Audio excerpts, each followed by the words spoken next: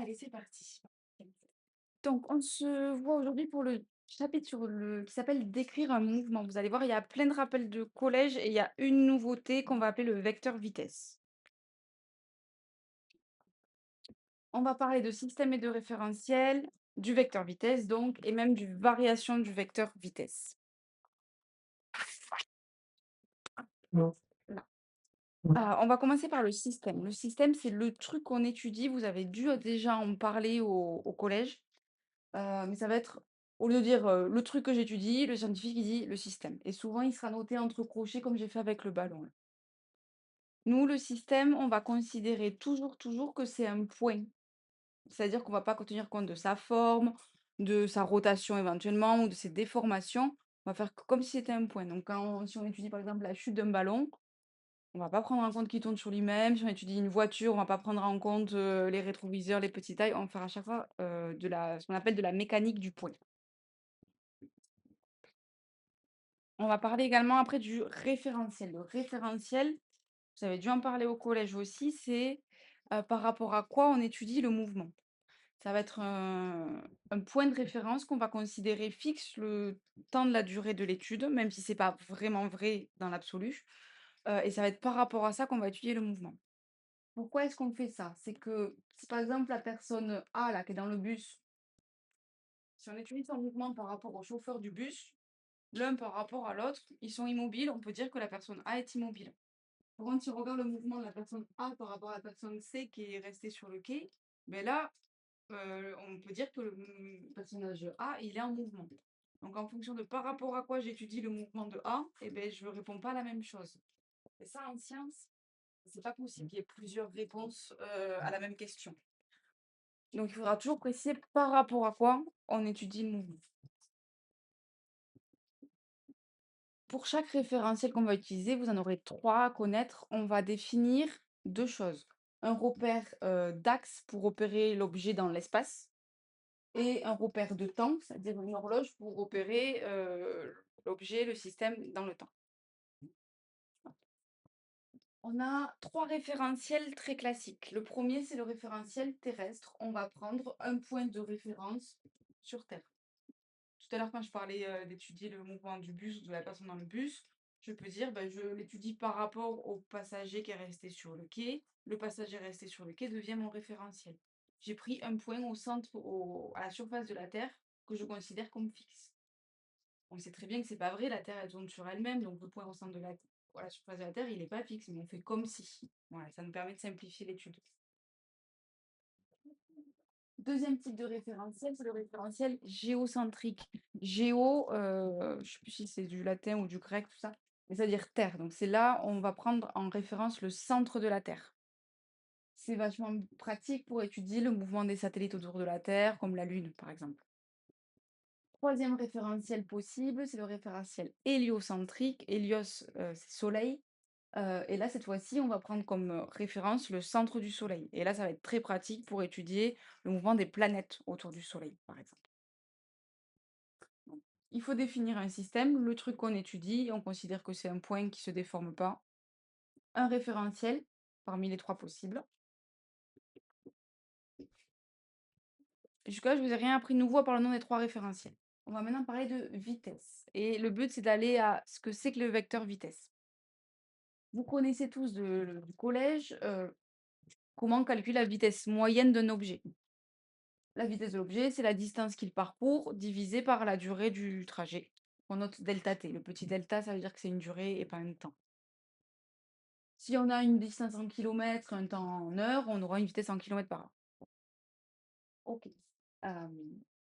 Et ça, on fait ça sur la durée du trajet. Et si par exemple je vais de Montauban d'ici jusqu'à Toulouse, j'ai à peu près 50 kilomètres à parcourir, je vais à peu près mettre 1 heure, ma vitesse est à peu près 50 kilomètres par heure. Sauf que si on regarde le compteur de la voiture à chaque instant, ça va pas toujours afficher 50 kilomètres par heure. Cette vitesse est bien la vitesse moyenne sur tout le trajet. Et mon compteur, par contre, il me donne ce qu'on appelle la vitesse instantanée, la vitesse à laquelle je vais à chaque instant. Et des fois, elle va être plus petite que 30 kilomètres par heure quand je laisse passer un piéton, par exemple. Et des fois, elle va être plus grande que 50 kilomètres par heure quand je vais être sur l'autoroute. Et cette vitesse instantanée, on a besoin d'avoir des informations dessus pour étudier les mouvements des objets. On va donc pouvoir définir ce qu'on appelle le vecteur vitesse. Là, je vous ai fait apparaître une chronophotographie. Vous avez déjà étudié ça au collège, normalement aussi, où on a les positions successives de l'objet que j'étudie à intervalles de temps égaux. Donc là, c'est-à-dire qu'entre deux positions, j'ai la même durée. Admettons 1 seconde. 1 seconde, ma voiture était là. Puis 1 seconde plus tard, elle était là. Puis 1 seconde après, elle était là, etc., etc. Au passage, dans les rappels, là, j'ai parlé de trajectoire. La trajectoire, c'est les positions successives de l'objet au cours du mouvement.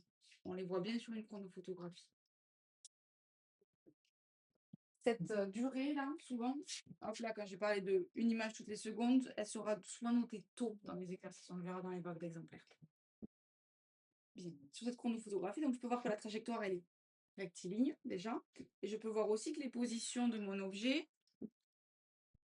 à intervalles de temps égaux, elles sont toujours les mêmes. Ça veut dire que mon objet, ma voiture, elle part.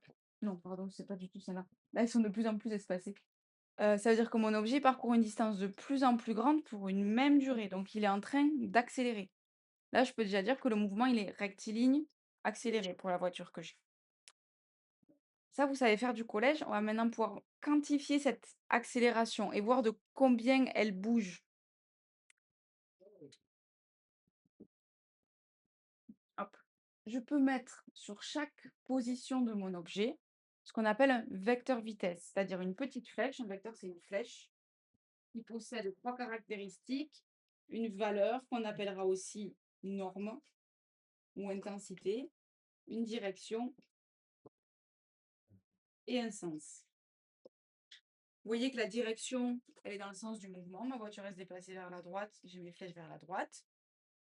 Pardon, c'est le sens. Le sens, c'est à la droite. La direction, ben, elle suit la trajectoire de ma voiture. Et la valeur, c'est représentée par la longueur de la flèche. Plus ma voiture va vite, plus ma flèche est longue. J'ai donc mis des vecteurs vitesse, V1, V2, V3, V4, V5.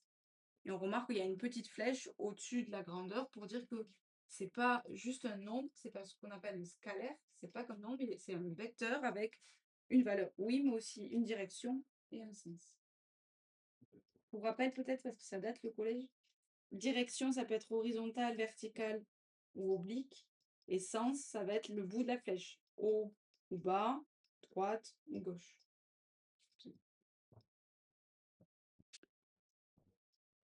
Hop, ça, je vous ai mis la petite diapo, vous pouvez la revoir à la maison pour ces rappels-là. Tiens.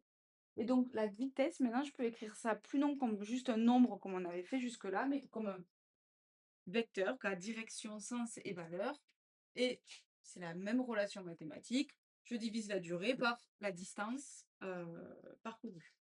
On va prendre l'exemple au point 2 ici. Pour tracer le vecteur V2, j'ai pris la distance entre le point juste avant M1, le point juste après M3, et je divise par la durée du parcours.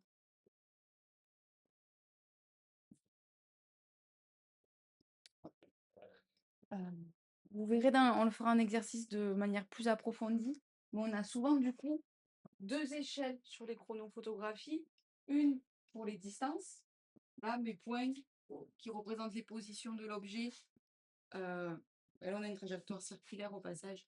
Les points qui représentent les positions de l'objet sont avec cette échelle-là. Par contre, le vecteur vitesse qui est tracé ici au point 2, il est tracé avec cette échelle. Donc, on a parlé du référentiel, du système, de la différence entre vitesse instantanée et moyenne et comment on va tracer le vecteur vitesse. Ce vecteur vitesse, il va nous permettre de savoir comment varie la vitesse de mon objet. On va étudier 4 exemples. Le premier exemple, j'ai la Terre avec la Lune qui tourne autour. La Terre, on voit qu'elle a un mouvement circulaire parce que la trajectoire est en forme de cercle et elle se déplace à vitesse constante. On peut aussi dire que le mouvement il est uniforme. Dans ce cas-là, du coup, ma vitesse, on pourrait dire, ben, le mouvement il est uniforme, la Lune elle tourne toujours à la même vitesse autour de la Terre, la vitesse elle est constante. Non, pas vraiment. La valeur de la vitesse est constante, les flèches ont toujours la même longueur. Par contre, ça change en direction et en sens. Donc là, la valeur est constante, mais le vecteur vitesse en lui-même, il n'est pas constant. Autre exemple avec une fusée qui décolle. On a une trajectoire rectiligne accélérée.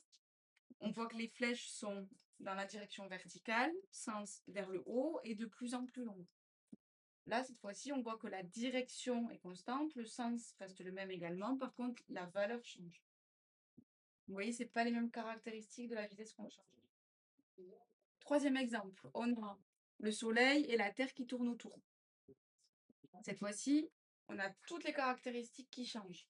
La valeur de la vitesse, la Terre ne va pas toujours à la même vitesse autour du Soleil, la direction et le sens. Et dernier exemple, là, c'est on a un mouvement rectiligne uniforme parce que c'est une droite et que les positions sont à équidistance pour la même durée. Et du coup, on a le vecteur vitesse qui est toujours le même en direction, en sens et en valeur. Donc là, il varie sur aucune des caractéristiques. Là, il varie sur certaines. Là, il varie sur toutes. Vous trouverez la carte mentale qui résume tout ce que je viens de dire sur Moodle, si vous avez besoin. Et on va faire un petit point sur les trucs importants. Vous devez savoir que dès qu'on commencera un exercice c'est de la mécanique là qu'on fait. Dès qu'on commencera un exercice en mécanique, il faudra définir le système qu'on modélisera toujours par un point, même si on perd un peu des informations. Il faudra aussi définir le référentiel et choisir entre terrestre, géocentrique et héliocentrique. Il faut savoir tracer un vecteur vitesse. Alors là, je vous ai expliqué le concept, on verra comment on les trace vraiment en banque d'exemplaires. Il faudra savoir identifier quelle caractéristique varie sur le vecteur vitesse. Est-ce que c'est la direction, le sens, la valeur, un des deux, le 2 ou 3. Et du coup, finir par décrire le mouvement, c'est-à-dire me dire, on voit que la trajectoire est une ligne droite, que la vitesse est constante, donc le mouvement est rectiligne uniforme. Et on a fini. Vous trouvez dans vos petits papiers, c'est la première page, tous les objectifs, ce que vous devez savoir du collège, les nouveautés de la leçon et ce qu'on fera en tant qu'exemplaire. Vous avez aussi le titre de la mission. Je coupe l'enregistrement et j'écoute vos questions s'il y en a.